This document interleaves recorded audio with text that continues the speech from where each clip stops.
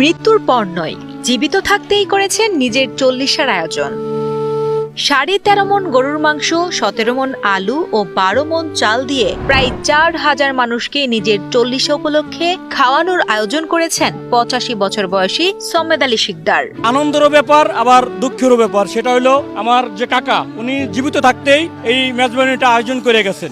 শুনতে অবাক লাগলেও বরিশালের মুলাদী উপজেলার নাজিরপুর ইউনিয়নে ঘটেছে ব্যতিক্রমী এই ঘটনা, যেখানে 40 মানেই শোক, কান্না আর বিয়োগ ব্যথার পরিবেশ। সেখানে 85 বছর বয়সী সমেদ আলী শিকদার সেই ধারণাকে ভেঙে দিয়েছেন। জীবিত থাকতে নিজের 40-এর আয়োজন করে তিনি সেটিকে রূপ দিয়েছেন আনন্দ, হাসি আর উৎসবে ভরা এক ব্যতিক্রমী সামাজিক মেজবানে। পুরো আয়োজন জুড়ে সক্রিয় ছিলেন স্বয়ং সমেদ আলী শিকদার।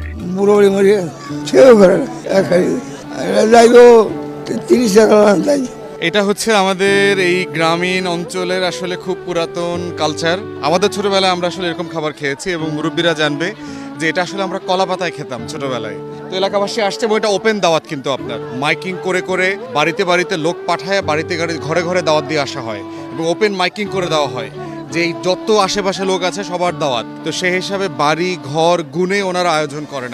মৃত্যুর পর কে কি করবে তা নিশ্চয়তা নেই, তাই বেঁচে থাকতেই নিজের মেজবান দেখে যেতে চেয়েছেন বলে জানান সমেদ আলী শিকদার। কারো কাছে এটি লোক দেখানো মনে হলেও স্থানীয়দের বড় একটি অংশের কাছে এটি মানুষের দোয়া পাওয়া এবং সামাজিক বন্ধন দৃঢ় করার এক অভিনব উপায়।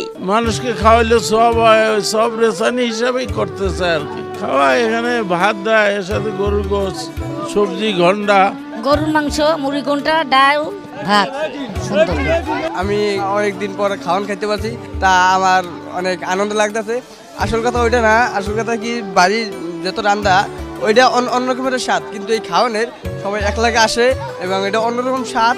আর এটা মানে এটা গরুর গোশে যে একটা খাওয়ার মানে ভালো লাগে, এটাই এটা আনন্দ।